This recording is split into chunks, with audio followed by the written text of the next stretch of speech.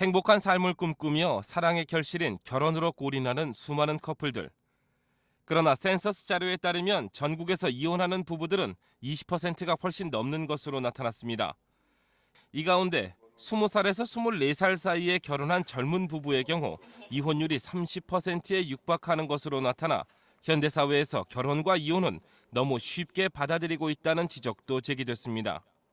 마지막 선택으로 여겨지는 이혼을 택하더라도 거기에는 일정간의 시간이 소요됩니다. 이혼을 우선 생각해보고 이혼 신청을 하더라도 6개월간의 시간을 통해서 부부가 다시 재결합할 수 있는 기회를 가질 수 있으면 그 시간을 주는 게 목적이고요. 관계자들에 따르면 이혼을 고려하는 배우자는 주로 아내 쪽으로 대부분 참고 있던 불만들이 경제적인 사유나 배우자의 불륜 등이 도화선이 돼 이혼을 선택하는 것으로 나타났습니다.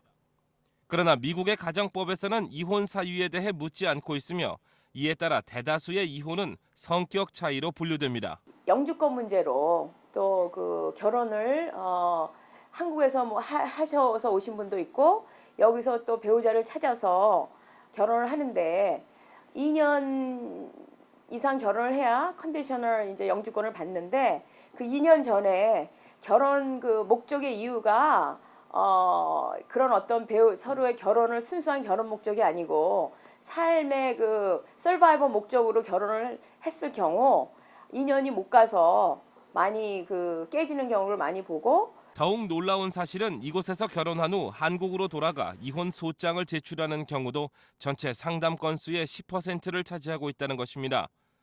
실제 위장 결혼이 아닐 가능성도 매우 크지만 이곳이 아닌 한국에 나가서 이혼을 요구하는 모습은 왠지 씁쓸한 여운을 남깁니다.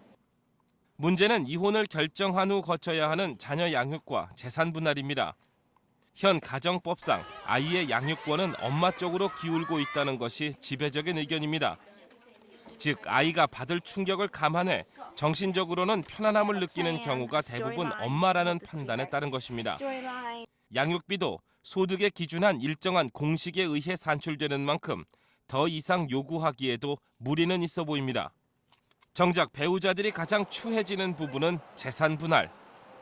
결혼 기간 동안 취득한 재산에 대해서는 기본적으로 50%씩의 소유권을 인정합니다. 특히 이런 무슨 프로페셔널 잡을 가지셨거나 자영업을 하시거나 그러면은 거기에 나오는 인컴은 인컴대로 계산을 하고 또 그 비즈니스 자체를 어프레이즈를 해서 거기에 대해서 반을 가르는 거거든요. 그러니까 많은 분들이 이제 그 비용을 감안해서 이 합의를 그러니까 가정법은 특히 민사법하고 틀려서 굉장히 정확하기 때문에 되도록이면 그 범위 안에서 합의하는 게 가장 합의를 많이 권하죠. 그래서 재산 싸움은 좀 어글리하죠.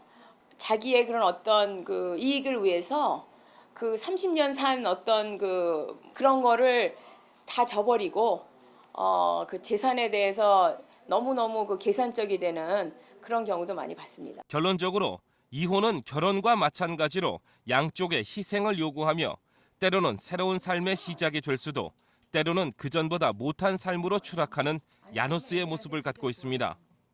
애정이 미움으로 변해버리는 치열한 재산 다툼과 이혼 공방은 양쪽의 원만한 합의를 최선의 방법으로 여기고 있습니다.